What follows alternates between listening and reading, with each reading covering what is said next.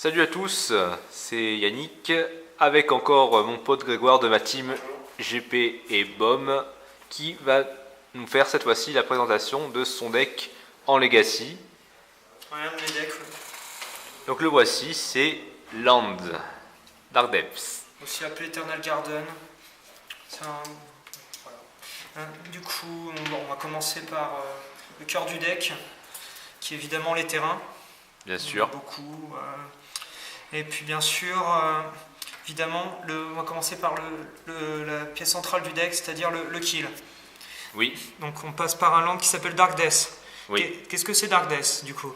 Alors. Donc c'est un land donc c'est un land neigeux légendaire. Il arrive en jeu donc avec 10 compteurs. Marqueur. Oui, 10 marqueurs glace. Donc il arrive en jeu avec 10 marqueurs glace.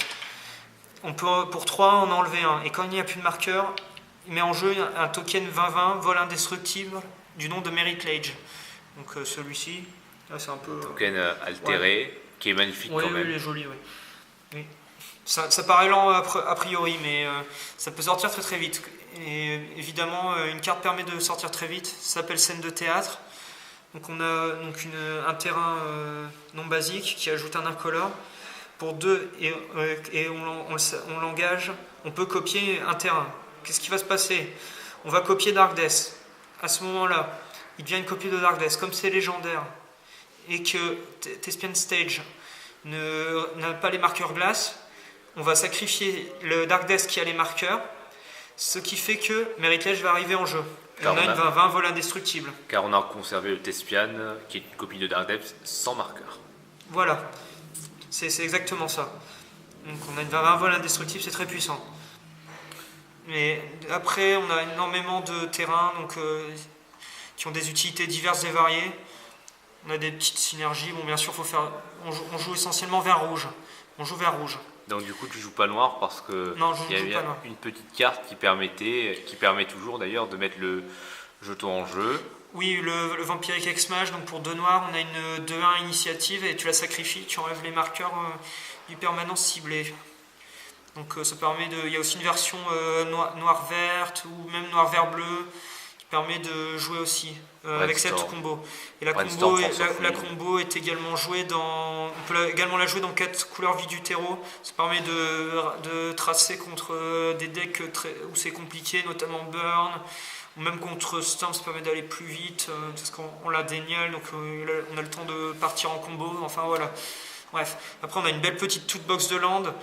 Évidemment, on a tout ce qui est mana base, donc 3 fetch, généralement c'est 4, si on n'a pas le Caracas main deck, donc des fetch verts. J'ai mis 3 fetch différents, donc des fois, de temps en temps, on a des petits rigolos qui font aiguille sur un fetch, ça m'est déjà arrivé, bon, ça évite ce genre de bêtises.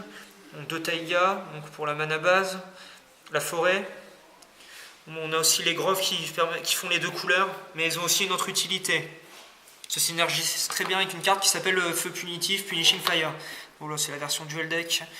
Donc pour 2, on colle 2 à une créature ou un joueur. Si l'adversaire gagne un point de vie, on peut payer un rouge. Et on peut remonter le Punishing Fire dans notre main. Donc comme le Grove fait gagner un point de vie quand on prend du mana coloré, ça se synergise très bien. Oui. Ensuite, on a des landes plus ou moins utilitaires. Donc on a tout ce qui fait du dénial. Les Westland, un grand classique du Legacy, on détruit un terrain non base. Une des meilleures cartes. C'est très puissant. Des quartiers fantômes. Pourquoi des quartiers fantômes et pas des ports Rishadan? Port Rishadan qui est cette fameuse carte-là. Pourquoi des quartiers fantômes? Ça permet d'améliorer des match-up plus que... Enfin, en ce moment, je trouve que c'est meilleur. Pourquoi? Parce que quartier fantôme, ça permet de couper toutes les sources de blanc de miracle. Il ne peut plus nous faire anti-bet sur notre fameux token qui va le taper. Ça permet aussi de faire contre certains decks qui ont très peu de basiques, ça permet de faire Strip Mine en fait finalement. C'est parce que ça détruit aussi les terrains de base. C'est pour ça que c'est très fort. D'ailleurs. Après, par exemple, des decks qui ont pas beaucoup de basiques, Storm au hasard il a 2 basiques, hop, une fois... il n'a plus de terrain, ça peut permettre de faire du gain de temps, ou même éliminer des landes très pénibles, comme celui-ci par exemple. Mes Office, donc c'est un land qui dit on peut dégager la créature attaquante ciblée, mais en échange on prévient tous les dommages de combat qu'elle fait et qui lui sont faits. Bon, après, c'est un land qui permet de faire des petits tricks, notamment dans le jeu 4 Celoam, permet de faire des tricks avec la chevalière du reliquaire. Après la phase de dommage, on la redégage, ça permet de pouvoir activer sa capacité. C'est très très fort. Dans le Déniol, on a aussi ce fameux land. Ça s'appelle donc le tabernacle at Pandrel Valley. Donc du coup, toutes les créatures ont un entretien qu'il faut payer. Donc il faut payer 1 par chaque créature à l'entretien, sinon elles sont sacrifiées. Ça permet de battre des decks qui s'étendent très facilement et qui n'ont pas forcément du mana. Je pense notamment à Eldrazi qui est très sensible à Wasteland et Ghost Quarter. Parce que l'œil du gain c'est bien, ça permet de jouer interminable à 2 gratuitement, mais ça ne permet pas de payer ça. Du coup ça permet contre Eldrazi, ça permet de très vite stabiliser. Contre tous les jeux aggro, des syntaxes. Oui, des syntaxes, après il a beaucoup de solutions, il a des Wasteland, mais finalement... Elfball. Oui, Elfball n'aime pas beaucoup. Elfball a vraiment du mal. Hein. Oui, surtout si on lui a enlevé un berceau de Gaïa avant, il va avoir du mal il va peut-être avoir du mal à payer, mais ce sera peut-être pas toujours le cas. Dans le reste des lands utilitaires, Horizon Canopy, donc c'est un penland, on perd 1 si on veut faire du blanc ou du vert, bon, en soi c'est... Tu peux piocher aussi. Oui, c'est ça en fait. Donc on paye un incolore, on sacrifie, ça permet de piocher. Ça permet de piocher ou de faire autre chose. On verra après dans la suite de la vidéo. Glacial Chasm. Donc en fait, c'est une carte que quand elle arrive en jeu, il faut sacrifier un terrain. Il ne fait pas de mana. Il a un entretien cumulatif de 2 points de vie. Mais il prévient... les créatures que je contrôle ne peuvent pas attaquer. Et en échange, je préviens tous les dommages qui me sont faits. Donc c'est très bien, ça permet de gagner du temps contre burn, ça permet de tenir des decks aggro, c'est assez sympa. Et ça peut s'entretenir très facilement, nous allons le voir après. Bosseju, donc celui qui cache tout, donc ça permet celui qui abrite tout. Oui, ça permet de faire pas mal de choses, donc, notamment contre les decks contrôle, c'est très bien. Ça permet de passer ses sorts. En fait, contre 2 points de vie. Par contre, il arrive engagé. On paye 2 points de vie. On ajoute un mana dans notre réserve. Et le sort ne peut pas être contrecarré. Ouais. Ne peut pas être contrecarré. Donc, c'est éphémère ou rituel. Moi qui suis un joueur d'Omnicho, j'adore cette carte. Donc Caracas, c'est pas forcément mon main deck. Après, ça dépend du metagame. C'est comme Bosseju, c'est un peu métagamé. C'est bien. Ça permet de faire un mana blanc, c'est un land légendaire, et ça permet de remonter une créature légendaire dans la main de son propriétaire. Meritley, je n'aime pas beaucoup ce land, mais ça permet de débarrasser de créatures pénibles, un Meritley adverse ou une Talia, etc. Donc on va passer au sort, donc c'est un peu... Les sorts qui sont vraiment très très bien pour le jeu. Oui. Alors, donc tout ce qui permet de ramp, donc on a le Mox Diamant donc pour 0, donc quand il arrive en jeu, on doit le sacrifier à moins de défausser une carte de terrain. Et comme on joue beaucoup de terrain, forcément, c'est très fort. Ouais. On peut faire la couleur qu'on veut, c'est très très fort. Ouais. Exploration, l'exploration permet de facilement entretenir un Glacial Chasse aussi. Ça permet de jouer, donc pour un vert, on a un enchantement qui dit qu'on peut jouer un terrain supplémentaire à chacun de nos tours. C'est très très fort. Ça permet de partir en combo très rapide. Mana Bond, c'est vraiment quelque chose qui peut être très violent. Ouais. Donc à notre fosse de défausse, on peut choisir de mettre tous les terrains en jeu. Si on fait ainsi, on discarde toutes les cartes non terrain. Ça permet de vomir sa main si on a énormément de terrain. Et ça permet de mettre évidemment... Vomir sa main.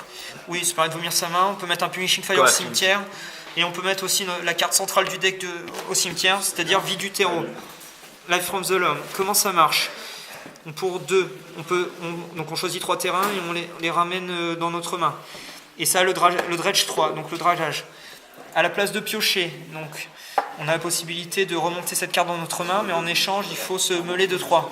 Ouais. Ça permet de récupérer des terrains ou un Punishing Fire. C'est très très fort. Et bien sûr, la petite synergie avec Horizon Canopy qui permet de redredger. C'est un peu la carte clé du deck avec la combo. Du coup, ça permet de... Ensuite, Gamble. C'est un tuteur rouge, ce qui est très rare. Donc on charge dans notre bibliothèque pour une carte et on met dans notre main, mais qu'est-ce qui va se passer ? C'est on va discarder une carte au hasard. Donc c'est très bien si on va chercher un terrain ou même chercher vie du terreau ou feu punitif. Si ça va au cimetière, c'est pas très grave. Ouais. C'est vraiment quasiment c'est pas vraiment inconditionnel, mais c'est allé quasiment dans le deck. Enfin, les deux petits enchantements. Donc, Vortex en fusion. Donc pour un rouge, on a un enchantement qui dit pour un rouge, défausser une carte de terrain et on inflige 2 à une créature ou à un joueur. Ça permet contre les decks qui jouent Blood Moon d'avoir quand même un kill parce que malgré tout, on n'a pas de solution à Blood Moon main deck. Ça permet de pouvoir quand même tuer, de ne pas concéder à la 1. Ouais. Sismic Assault, c'est dans la même idée, mais c'est pour 3 rouges. Et cette fois-ci, on peut discard sans payer le coup. Ouais, c'est un kill alternatif. L'avantage, c'est que ça permet aussi de tourner autour de Calice 1. Oui. Avoir un 1 et un 3, ça permet de tourner autour de Calice ou les autres aides. Enfin, Crop Rotation, c'est très très bon. Donc pour un vert, on a un tuteur. Par contre, c'est un coût supplémentaire. Attention, il faut sacrifier un terrain. Donc si c'est contré, on perd un terrain. Mais si ça passe, on sacrifie. Donc on va chercher un autre terrain et on le met en jeu.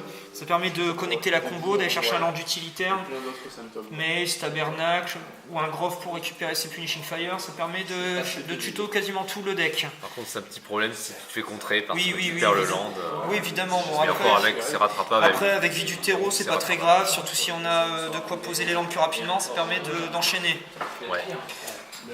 Sinon, à propos, quels sont tes match-up du jeu, vite fait? Ouh là là, du coup, il y a des match-ups qui sont vraiment mauvais. Je pense à tout ce qui joue Show and Tell par exemple. Ouais.